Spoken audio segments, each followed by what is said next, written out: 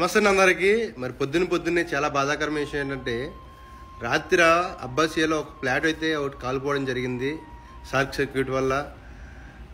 Kerala family అన్నమాట, భార్యాభర్తలు ఇద్దరు, ఒక ఆడపిల్ల ఒక బాబు, మొత్తం నలుగురు కూడా అక్కడక్కడే చనిపోయారు.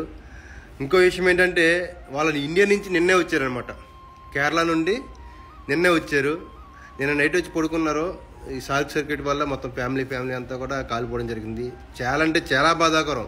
అసలు ఇండియా నుంచి వాళ్ళు రావడం ఏంటి, ఇలా చనిపోవడం ఏంటి, ఎంత దుఃఖాన్ని మరి వాళ్ళు ఫ్యామిలీ భరిస్తారో చూడండి.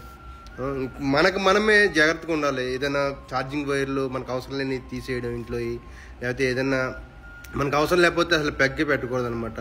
కరెంటు విషయంలో కానీ, బయట ఏదైనా సామానం విషయంలో కానీ, అన్ని విషయాల్లో కూడా జాగ్రత్తగా ఉండండి. అసలు మన ఇండియా వాళ్ళకి ఎందుకు ఇలా జరుగుతుంది?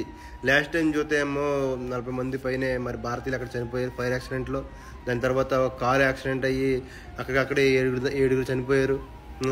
రోజుకొచ్చి ఎవరో ఒకరు చనిపోతున్నారని వీడియోలు కూడా చూస్తున్నాం అనమాట. చాలా బాధాకరం. కువైట్లో అయితే పరిస్థితి చాలా దారుణంగా ఉంది.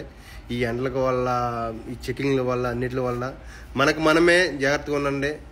దయచేసి కుల మతాలకి కానీ, రాజకీయాల గురించి కానీ దేనికి కూడా గొడవలు పడొద్దు ప్లీజ్.